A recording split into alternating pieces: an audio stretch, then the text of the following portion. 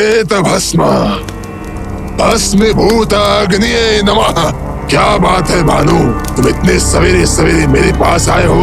जरूर कोई समस्या है। जी कालीनाथ चाचा, फिर से वही समस्या हो रही है। खट्टी मीठी कहानियाँ।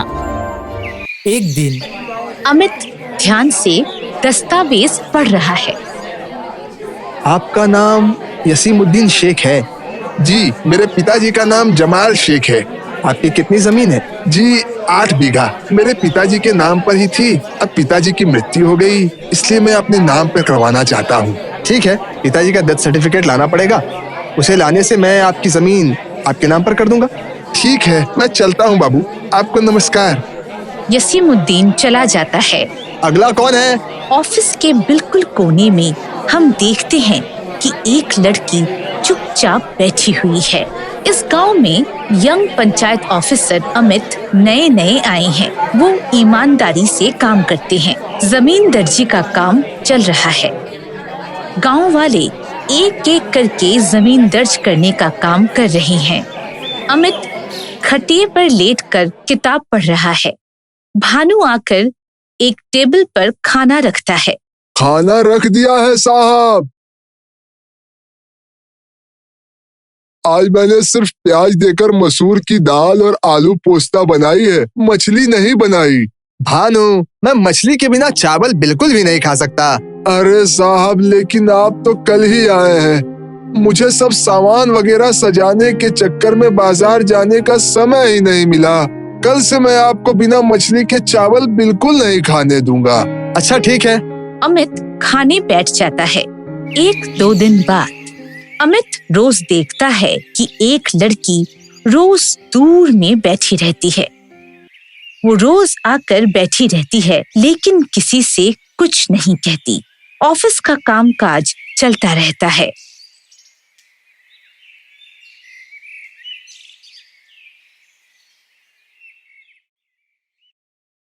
अगले दिन अमित बैठकर दस्तावेज देख रहा है। देखिए साधन बाबू, अगर आप मुझे सही दस्तावेज नहीं देंगे तो मैं जमीन के कागजात आपके नाम पर कैसे दर्ज करूंगा, बताइए तो। देखिए ना सर, अगर किसी तरीके से हो पाए तो। सॉरी साधन बाबू, सही दस्तावेज के बिना मैं कुछ नहीं कर सकता। आप मुझे दस्तावेज दीजिए, मैं कर दूंगा। अगला कौन है?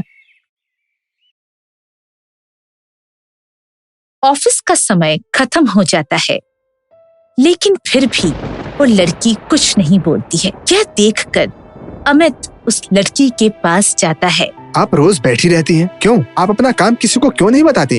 दरअसल मेरे सभी कागज घर पर हैं। तो आप लेकर क्यों नहीं आती हैं? मुझे समझ में नहीं आता।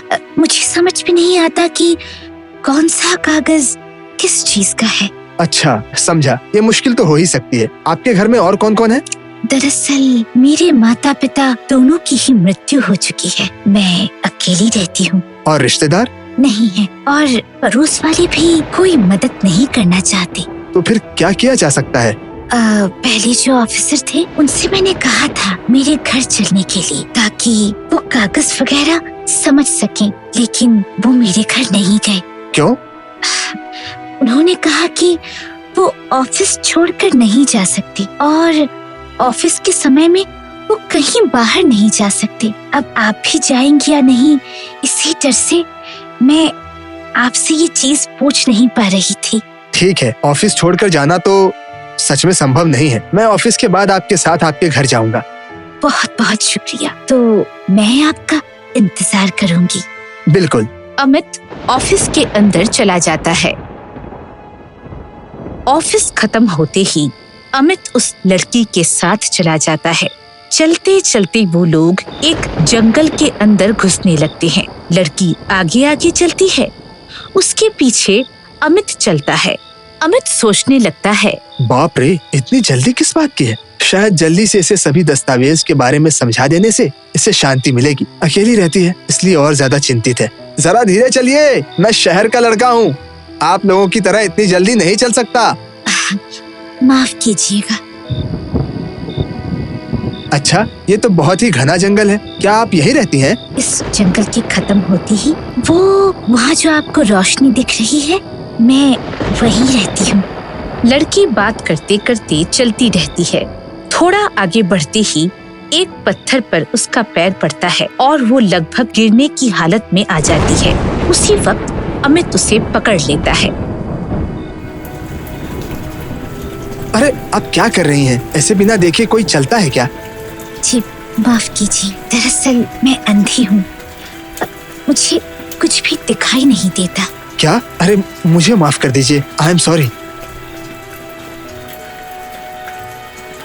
माया फिर से चलने लगती है। तभी पीछे से आवाज आती है, साहब, ओ साहब। अरे ये क्या भानु, तुम यहाँ? साहब, आप यहाँ क्या कर रहे हैं? आपको आने में देर हो रही थी, इसलिए मैं ऑफिस पूछने गया था, तो देखा आप वहाँ नहीं हैं। दरवान कह रहा था कि आप इस तरफ आए हैं, इसलिए मैं भी दौड़ा हुआ आ गया। अरे वो एक अंधी लड़की मुझे अपने घर ले जा रही थी। अरे आपका नाम क्या है? अरे कहाँ गई? माया कहीं नजर नहीं आती है, जैसे वो अचानक से गायब हो गई हो। लड़की अंधी? घर चलिए साहब, कल देखते हैं, चलिए। इधर उधर देखने पर भी वो उस लड़की को कहीं नहीं देख पाते हैं। अमित चौंक जाता है। यही तो थी, कहाँ गई? घर चलिए साहब, घर चलिए। रात को इस जंगल में रहना बहुत ही खतरनाक है, घर चलिए। आखिरकार भानु के साथ अमित घर लौट आता है, लेकिन उसका ध्यान उसी तरफ रहता है। रात को खाना खाते समय अमित को मछली खाने का भी मन नहीं रहता। ये क्या, तुमने मछली क्यों बनाई है? लेकिन साहब, आप ही ने तो कहा था कि मछली के बिना आप चावल नहीं खा पाते, इसलिए मैं बाजार से बड़े बड़े तिलापिया मछली लेकर आया हूँ। अरे नहीं नहीं, मछली ले जाओ, मुझे मछली से बदबू आती है। तो फिर मैं क्या करूँ साहब? मैंने तो बस दाल, चावल, आलू भुजिया और मछली का झोल बनाया है। मछली ले जाओ, मैं दाल और आलू भुजिया के साथ खा लूंगा। भानु मछली ले जाता है। मुझे समझ में आ रहा है साहब कि आपको मछली की रुचि क्यों नहीं है। मैं पिछले साहब को मायावी लड़की के हाथों से बचा नहीं पाया था, अब और नहीं, मैं कल कालीनाथ से मिलूंगा। आपको बचाना पड़ेगा, बचाना ही पड़ेगा। अगले दिन कालीनाथ एक जलते हुए हवन के सामने बैठकर आराधना कर रहा है। प्रेत भस्म, भस्मीभूत अग्निये नमः। भानु आता है और कालीनाथ को प्रणाम करता है। क्या बात है भानु, तुम इतने सवेरे सवेरे मेरे पास आए हो, जरूर कोई समस्या है। जी कालीनाथ चाचा, फिर से वही समस्या हो रही है। तुम्हारे नए साहब ठीक है ना? नहीं कालीनाथ चाचा, मछली से उनकी रुचि हट रही है, वही पहले साहब जैसे। हाँ चाचा, और सिर्फ रुचि ही नहीं, उन्हें मछली से बदबू भी आने लगी है। अच्छा समझा। चाचा, कल साहब उसी जंगल में गए थे, उस मायाविनी के जाल में फंसकर। कब गए थे? शाम के समय। मैं उन्हें समझाकर वापस लाया हूँ। मुझे तो लगता है वो मायाविनी फिर से साहब को जंगल की तरफ ले जाने की कोशिश करेंगी। हाँ, और अगर एक बार वो उन्हें वापस उस घर में ले जाने में कामयाब हो गई, तब तो। नहीं चाचा, ऐसा मत बोलिए, अब कुछ तो कीजिए। ठीक है, कल तैयार रहना और हर जगह तुम्हारे साहब के पीछे पीछे रहना। उसके बाद जो करना है मैं करूँगा। जी प्रणाम। भानु वहाँ से चला जाता है। माया इस गांव की लड़की थी। कई साल पहले पंचायत ऑफिसर की लापरवाही की वजह से सरकार ने उसकी जमीन पर कब्जा कर लिया था। उसी दुख से उसके पिताजी गुजर गए। उस दिन के बाद से माया जंगल में अकेली रहने लगी, पर भूख के कारण उसकी भी मौत हो जाती है। तब से पंचायत ऑफिसर के ऊपर उसका क्रोध अब तक जारी है। भूत होकर एक मायावी रूप धारण करके प्रेम के जाल में फंसाकर वो पंचायत ऑफिसर को अपने घर ले आती है और फिर गला घोंटकर उनकी हत्या कर देती है। इस बार भी अगर वो अमित को घर ले जाने में कामयाब हो जाए तो वो उसे भी गला घोंटकर मार डालेगी। अगले दिन माया के साथ अमित जंगल के अंदर चला जा रहा है। भानु उनसे थोड़ी दूर रहकर उनका पीछा कर रहा है। दूर ही एक पेड़ के पीछे कालीनाथ छुपा रहता है। माया के सामने आते ही प्रेत भस्मा भस्मीभूताग्निये नमः। ये क्या हो रहा है? चल रहा है। मेरा सारा शरीर जल रहा है। ये क्या हो गया? जा, इस हवा में मिल जा। ये जगह छोड़ दे, अपना गुस्सा खत्म कर। माया हवा में उड़ने लगती है और धीरे धीरे उसमें मिल जाती है। अमित चक्कर खाकर जमीन पर गिर जाता है। भानु दौड़ कर आता है।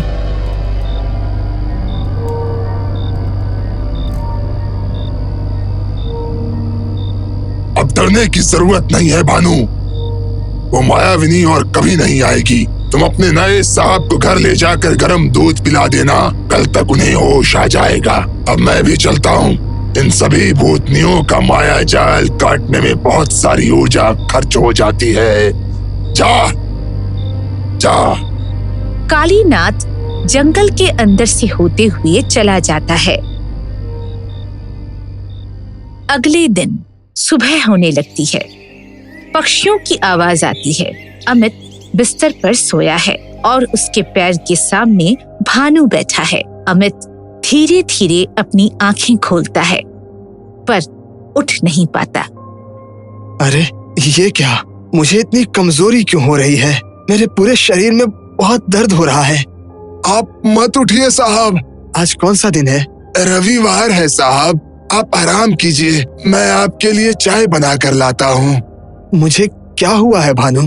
कुछ नहीं साहब, बस आप थोड़े कमजोर हो गए हैं। लेकिन कैसे? साहब, आपके ऊपर एक मायाविनी ने जादू कर दिया था।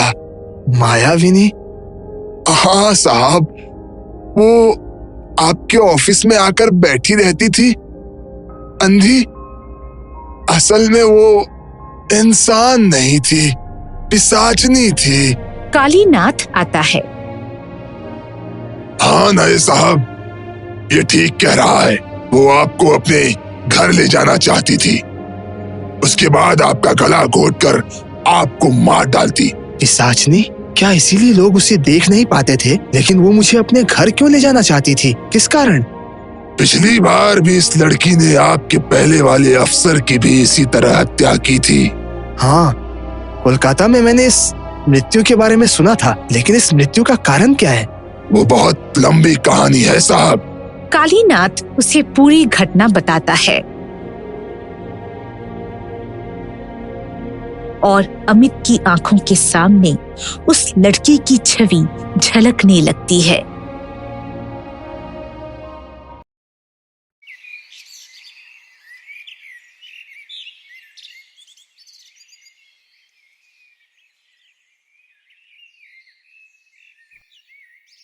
सारा दिन ये बर्तन ही मांजती रहेगी क्या? ये कपड़े कब धोएगी? आप रख के चली जाइए मामी, मैं अभी कर देती हूँ।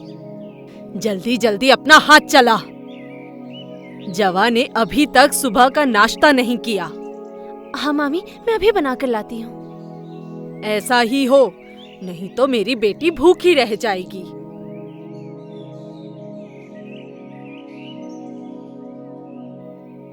माँ, आप मुझे ऐसे अकेले छोड़कर क्यों चली गई?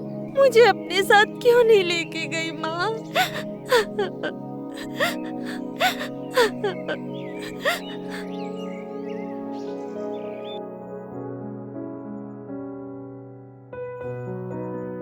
माँ, ये मूर्ति ही मेरे पास तुम्हारी एक आखिरी निशानी है। मैं अपनी सारी तकलीफें और सारा दुख सिर्फ इस मूर्ति के सामने ही बयां कर सकती हूँ।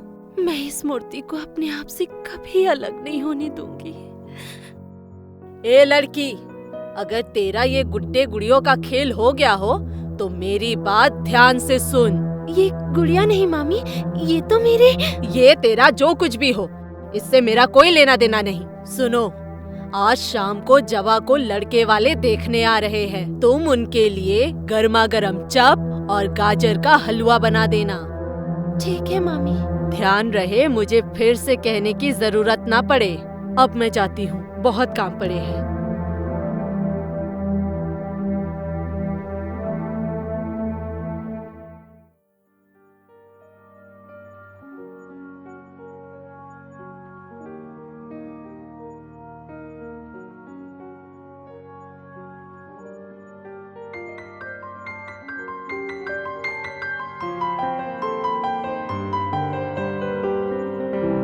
ये लड़की कौन है? ये हमारी नौकरानी है। लीजिए ना, लीजिए। मेरी बेटी ने बड़े प्यार से बनाया है। मेरे बेटे को तो वो लड़की पसंद है। हम चाहते हैं कि अगले महीने तक शादी हो जाए। मेरे बेटे के विदेश जाने से पहले मैं चाहती हूँ कि सब कुछ हो जाए। अरे वाह, ये तो बहुत अच्छी बात है। सौभाग्य है हमारा। हमारी भांजी के तो भाग खुल गए। तो फिर तारीख तय करके हम आपको बता देंगे। चलो कुमार।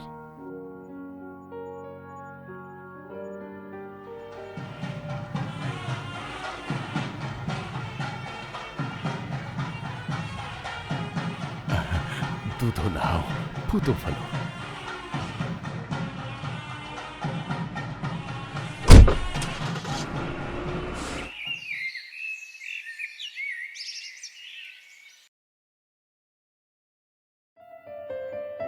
देखो, कल मैं जा रहा हूं। तुमसे एक रिक्वेस्ट है, माँ का ख्याल रखना प्लीज। और देखो, माँ के साथ झगड़ा मत करना। वो थोड़ी गर्म मिजाज की है ना। आप चिंता मत कीजिए। मेरी माँ बचपन में ही मुझे छोड़कर चली गई थी। आज मैंने फिर से अपनी माँ को पाया है। अब से वही मेरी सब कुछ है।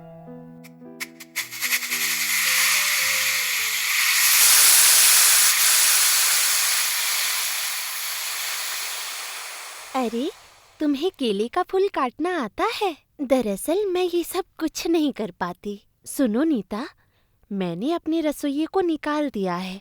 आज से तुम ही खाना बनाओगी, ठीक है? अच्छा माँ, ये काम हो जाए तो मेरे लिए ग्रीन सलाद बना देना। मैं नहा कर आऊंगी तो इसे खाऊंगी। ग्रीन सलाद क्या होता है माँ? ओहो, ये तो मेरी ही गलती है। तुम तो गरीब परिवार से आई हो, तुम्हें कैसे पता होगा? माँ, आप मुझे सिखा देंगी तो मैं जरूर बना लूंगी। ठीक है, मैं नहा कर आती हूँ तो तुम्हें बनाना सिखा दूंगी।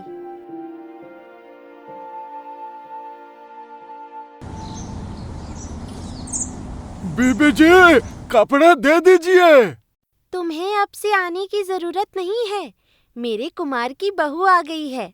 अब से घर के सारे कपड़े यही धोएगी।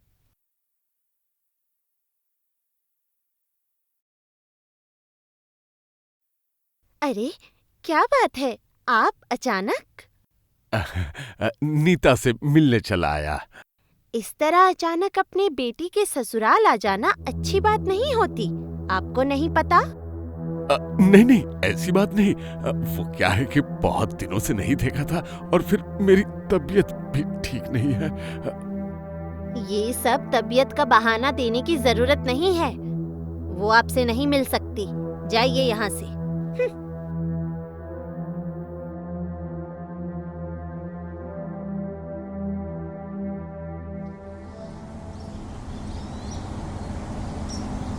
चिट्ठी।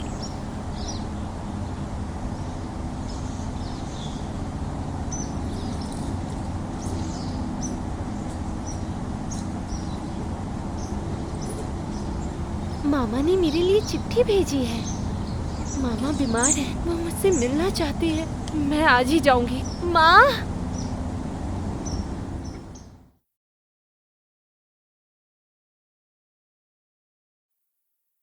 माँ, मामा की तबीयत बहुत खराब है। वो मुझे देखना चाहते हैं।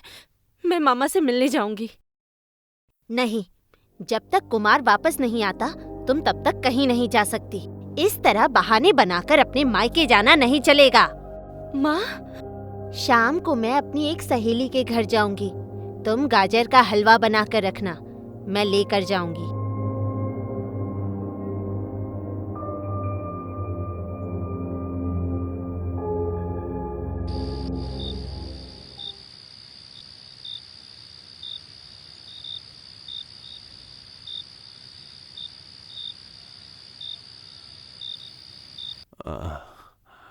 नीता बिटिया, तू आ गई।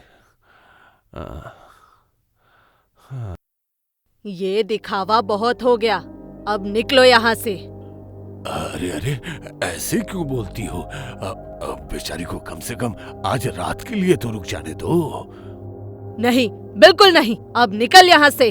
मैं चलती हूँ, आप जल्दी ठीक हो जाइए मामा।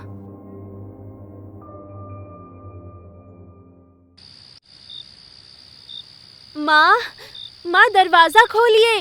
माँ, खबरदार, इस घर में तेरे लिए अब कोई जगह नहीं है।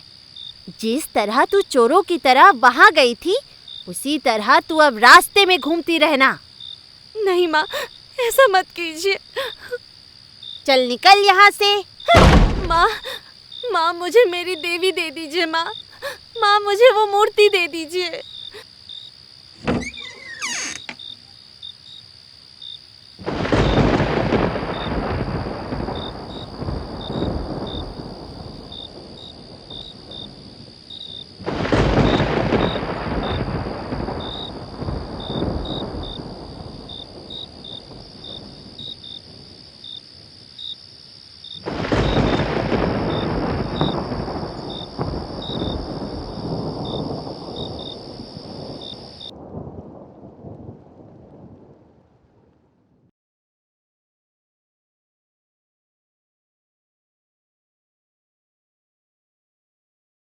माँ, नीता कहाँ है?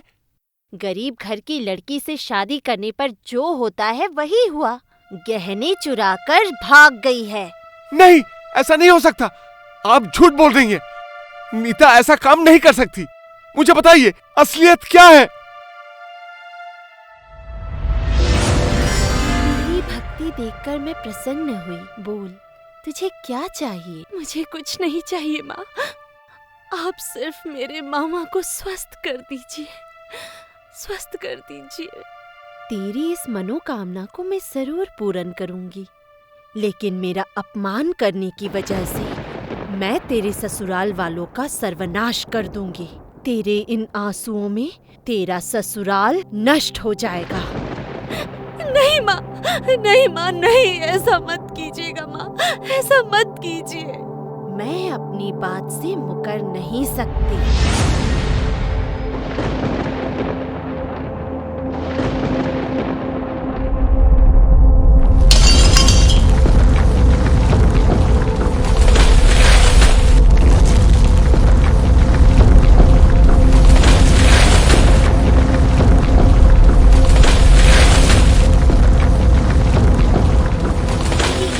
ये क्या हो रहा है? अरे ये घर क्यों हिल रहा है? हे भगवान, ये क्या हो रहा है?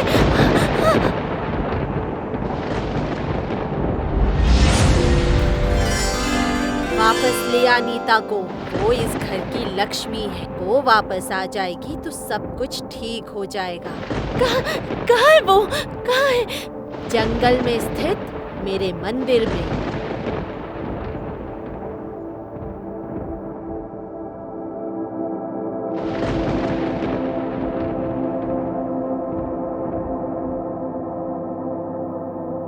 माफ कर दे बहू, मुझे माफ कर दे।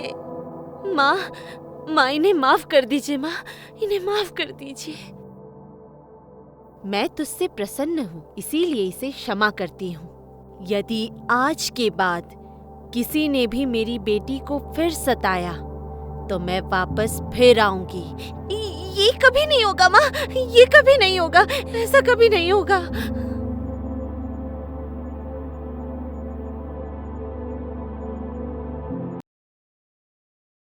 रामनगर में अजय अपनी पत्नी अमृता के साथ रहा करता था। अजय और अमृता की शादी के कई साल तक कोई बच्चा नहीं हुआ, जिसकी वजह से वो काफी परेशान रहा करती थी। लेकिन कई सालों बाद जैसे भगवान ने उसकी सुन ली। अमृता को एक सुंदर सा बेटा होता है, जिसका नाम वो लोग सोहन रखते हैं। एक दिन सोहन कहता है, मम्मी मुझे आज स्कूल नहीं जाना है।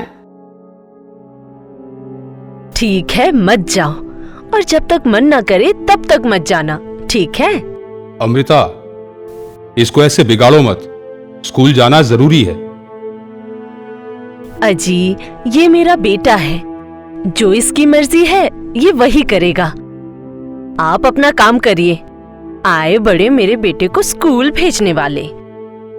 ऐसे ही अमृता सोहन की छोटी छोटी और बड़ी से बड़ी हर इच्छा को पूरा करने में 1 मिनट भी नहीं लगाती थी। और ऐसे ही अब सोहन धीरे धीरे बड़ा होने लगा था, लेकिन उसकी मां अभी भी उसका छोटे बच्चे जैसा ख्याल रखती थी।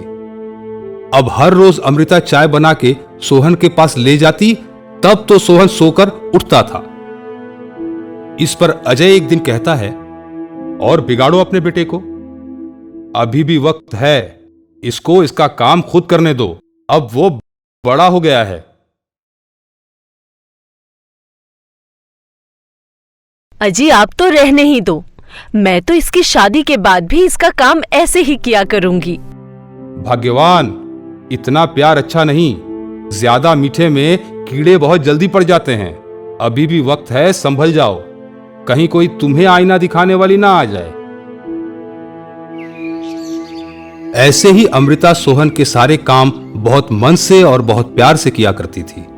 और देखते देखते अब सोहन की नौकरी दूसरे शहर में लग जाती है।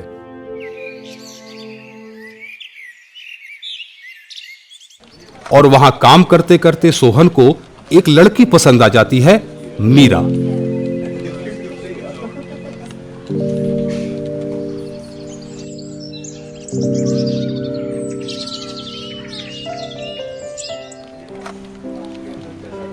और कुछ वक्त बाद सोहन मीरा से शादी करके अपने घर लेकर आ जाता है।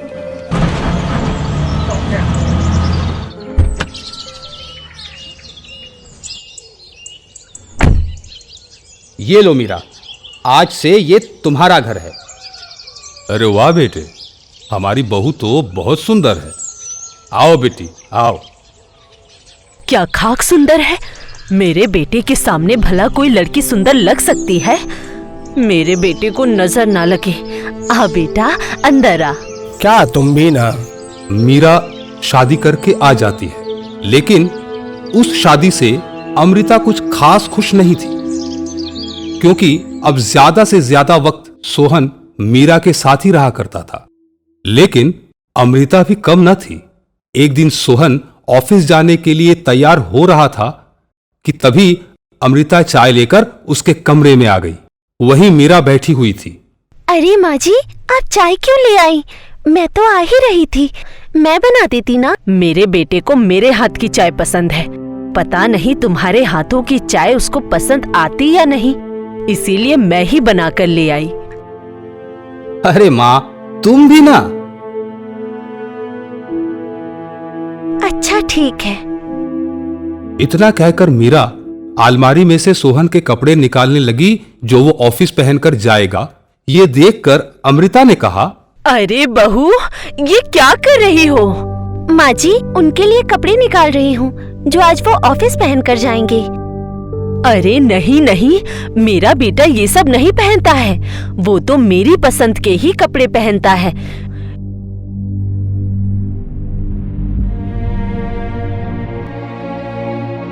ये लो, ये देना उसको पहनने को, उस पर अच्छा लगेगा। लेकिन माँ जी, ऑफिस में ऐसे कपड़े बहुत पुराना फैशन हो गया है। अरे ओ फैशन वाली, जितना कहा है उतना ही करो, ज्ञान मत दो। ये कहकर अमृता वहां से चली जाती है और सोहन के आते ही मीरा सारी बात सोहन को बता देती है। इस पर सोहन कहता है, अरे छोड़ो ना माँ की बातों को, आज शाम रेडी रहना, हम घूमने चलेंगे। अच्छा ठीक है, आप जल्दी आ जाना। शाम के वक्त सोहन जल्दी घर आ जाता है और उसको जल्दी आता देख अमृता कहती है, क्या हुआ बेटा, आज तू जल्दी कैसे आ गया? तबीयत तो ठीक है तेरी? दिखा, मुझे दिखा। वो बिल्कुल ठीक है, आप परेशान मत हो। तू चुप रह, तुझसे पूछा मैंने? माँ मैं ठीक हूँ, आज मैं और मीरा घूमने जा रहे हैं, तो इसीलिए मैं जल्दी आ गया। अच्छा, कहाँ जा रहे हो? ऐसे ही अब मूवी देखने। काफी वक्त हो गया, मैंने भी कोई मूवी नहीं देखी है। चलो, आप भी चलो। ऐसे अमृता भी दोनों के साथ मूवी देखने चली जाती है।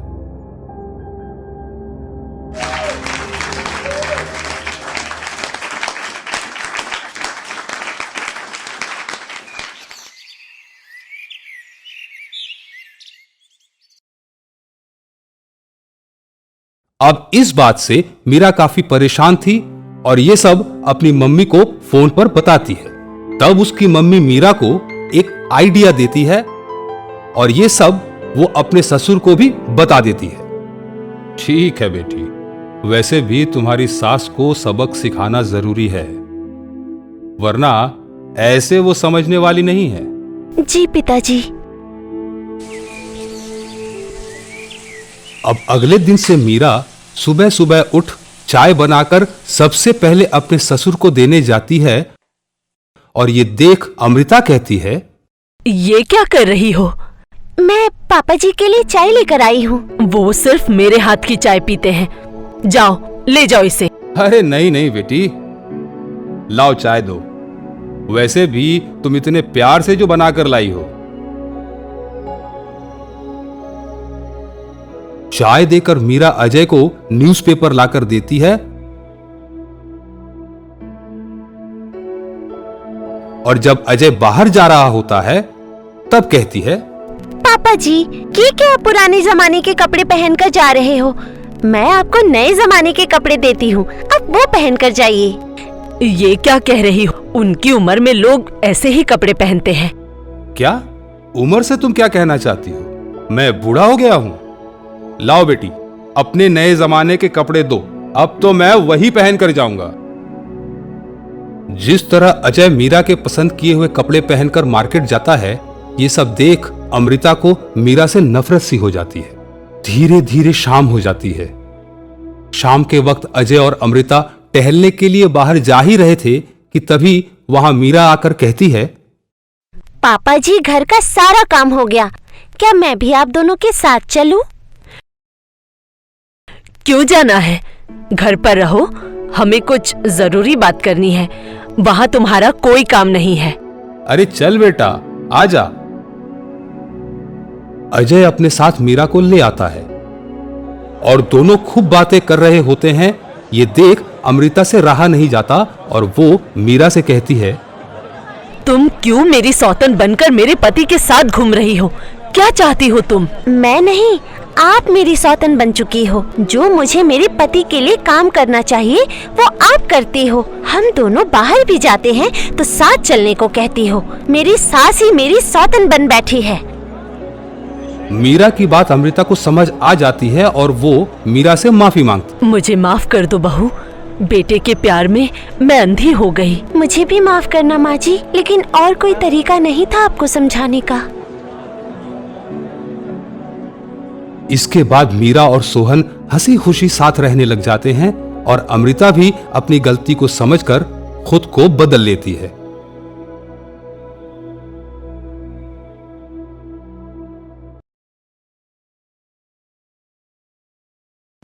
सीमा को नृत्य का बहुत शौक है। वो बचपन से ही नृत्य सीख रही है। उसे ये बहुत पसंद है। वो हर रोज नृत्य की प्रैक्टिस करती है, मगर उसकी एक बुरी आदत है। वो कभी भी किसी से भी कुछ भी झूठ बोल देती है। सीमा नृत्य की प्रैक्टिस करने के बाद बिस्तर पर बैठती है। इतने में उसकी माँ निर्मला उसके पास आती है और कहती है, सीमा बेटी, एक बार दुकान जाएगी, कुछ सामान लाना था। ये सुनकर सीमा अपने मन ही मन सोचती है, क्या मुसीबत है, अभी इस धूप में दुकान जाना होगा क्या? नहीं नहीं, मैं नहीं जा सकती। ये सोचकर सीमा अपनी माँ से कहती है, मैं तो चली जाती माँ, लेकिन आज नृत्य करते करते मेरे पैर में मोच आ गई है। इस हालत में मैं कैसे जाऊं? मोच आई है? कहाँ? किस पैर में?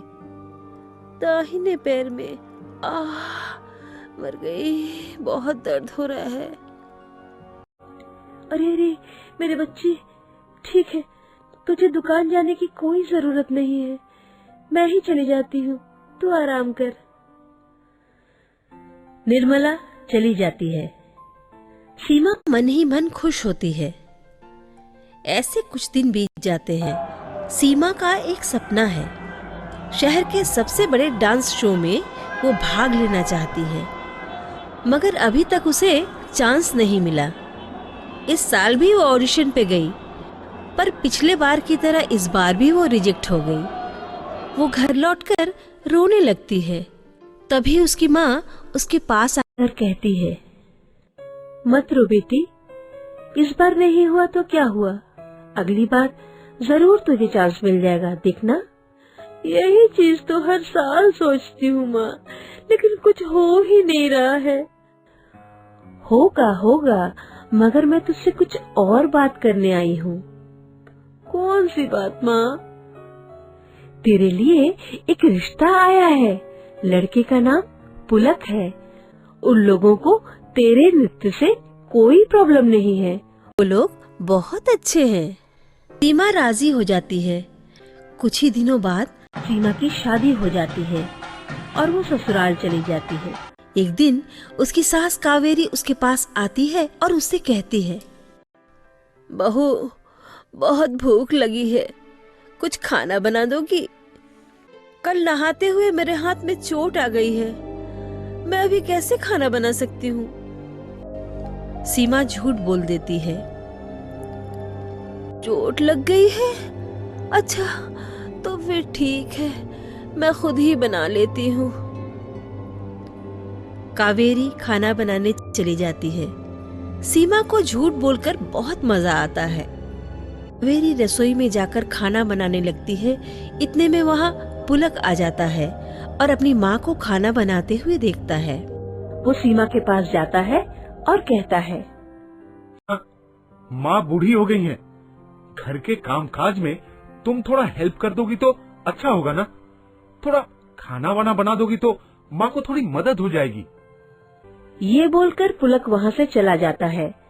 सीमा अपने ही मन में सोचती है, अरे यार, पुलक भी तो एक जैसा है, मुझे घर का काम करने के लिए कह रहा है। मुझे नहीं करना है घर का काम, कुछ न कुछ तो करना ही पड़ेगा, ताकि ये लोग मुझे कोई काम करने के लिए बोले ही ना। अगर मैं सबसे कह दूं कि मैं प्रेग्नेंट हूँ, तो कोई मुझसे काम करने के लिए नहीं बोलेगा। हाँ ठीक है, यही करती हूँ। सीमा ये प्लान बनाती है। वो कावेरी के पास जाती है और उससे कहती है, माँ जी, सुबह से मेरी तबीयत ठीक नहीं लग रही है, उल्टी सी आ रही है। ये तो प्रेग्नेंट होने के लक्षण है बेटा, कहीं तुम प्रेग्नेंट तो नहीं हो? हाँ माँ जी, हो सकता है। वाह बहू, फिर तो ये बहुत खुशी की बात है, तुम माँ बनने वाली हो, घर में खुशी आने वाली है। तो फिर आज से तो मुझे पूरा बेड रेस्ट करना पड़ेगा ना? हाँ बहू, पूरी तरह से बेड रेस्ट करो तुम, मैं सब कुछ संभाल लूंगी। सीमा वहाँ से चली जाती है। कॉलोनी से दूर जाकर वो अपने मन ही मन में कहती है, वाह सीमा, क्या प्लान बनाया है तूने, एकदम झट से काम हो गया। अब तो बुढ़िया से बहुत सारा काम करवाऊंगी। पुलक को भी जब ये बात पता चलती है तो बहुत खुश होता है। वो भी सीमा को बेड रेस्ट करने के लिए ही कहता है। इसके बाद से सीमा बस सोई रहती है और कावेरी से काम करवाने लगती है। माँ, जरा इधर आना। क्या हुआ बहू? मेरे सर में बहुत दर्द हो रहा है, थोड़ा दबा देंगी? हाँ बहू, अभी दबा देती हूँ। ये बोलकर कावेरी सीमा का सर दबा देती है। हर रोज सीमा अपनी सास से हाथ पैर दबाने लगती है। ऐसे हर रोज कावेरी काम करती रहती है, कभी ये करना तो कभी वो करना, कभी खाना बनाना तो कभी बहू के लिए गर्म पानी उबालना। ये सब करते करते कावेरी थक जाती है। हे दुर्गा माँ, मुझे शक्ति दीजिए ताकि मैं अपनी बहू का ध्यान रख सकूं। इस हालत में एक माँ की तरह उसकी देखभाल कर सकूं। सीमा अपने डॉक्टर दोस्त को घर बुलाती है और उसको सब कुछ सिखा देती है। वो डॉक्टर सीमा के कहने पर घर वालों से झूठ बोलता है। हाँ, बच्चा स्वस्थ है, मगर सीमा को पूरा रेस्ट चाहिए, वरना बच्चे को नुकसान पहुंच सकता है। डॉक्टर चला जाता है। ऐसे ही दिन बीतते रहते हैं। सीमा को बहुत मजा आने लगता है। सभी बस उसके इशारों पर नाच रहे हैं। यही तो चाहती थी वो, मगर उसे नृत्य करना बहुत पसंद है। वो सोचती है मुझे नृत्य करना ही होगा, मगर मुझे नृत्य करते हुए कोई देख लेगा तो मेरी झूठ पकड़ जाएगी। एक काम करती हूँ, मैं दरवाजा बंद करके नृत्य करती हूँ और मोबाइल में रिकॉर्ड करके सोशल मीडिया पर डाल दूंगी। मेरे ससुराल वाले सोशल मीडिया पर हैं ही नहीं, उनको क्या ही पता चलेगा। सीमा वही करती है, दरवाजा बंद करके नृत्य करती है और वीडियो बनाकर सोशल मीडिया पर डालती रहती है। ऐसे कुछ दिन बीत जाते हैं। एक दिन शहर के सबसे बड़े डांस शो के जज फोन पर सोशल मीडिया में सीमा के नृत्य का वीडियो देखते हैं। वाह, ये लड़की तो बहुत अच्छा नृत्य करती है। कौन है ये? तब सीमा की सहेली ये नृत्य देखती है और कहती है, अरे ये तो मेरी सहेली सीमा है। सीमा? एक काम करो, इसे ले आओ हमारे शो में। इसे मैं प्रतियोगी के तौर पर देखना चाहता हूँ और 1 महीने में ही शो शुरू हो जाएगा। ठीक है सर। सीमा की सहेली सीमा के पास आती है। अरे तू यहाँ, क्या बात है? एक जरूरी काम से आई हूँ रे, लेकिन तू तो प्रेग्नेंट है, तुझसे कैसे होगा? अरे बता ना, क्या हुआ? तब वो सहेली सब कुछ खुलकर बताती है। सुनकर सीमा की आंखों में आंसू आ जाते हैं। एक तरफ उसका सपना है और एक तरफ उसका झूठ। अब मैं क्या करूं? मैं तो प्रेग्नेंट होने का नाटक कर रही हूं, लेकिन उस तरफ मेरा सपना। मैं क्या करूं? एक काम कर सीमा, अपनी सास को सच बता दे, वरना तेरा सपना सपना ही रह जाएगा। मैंने कभी सोचा भी नहीं था कि मेरे झूठ के चक्कर में मैं खुद ही फंस जाऊंगी। हाँ, मैं सच बोल दूंगी, मैं सबको सच बता दूंगी। मुझे सबक मिल गया है। मैं और कभी झूठ नहीं बोलूंगी। सीमा अपनी सास कावेरी के पास जाती है। माँ जी, मुझे आपसे कुछ बात करनी है। क्या बात है बहू, तुम उठकर क्यों आई? मुझे बुला लेती।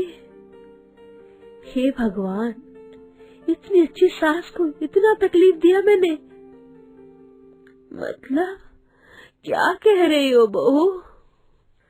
सीमा सब कुछ सच सच बता देती है। उतने में उसका पति पुलक भी वहाँ आ जाता है।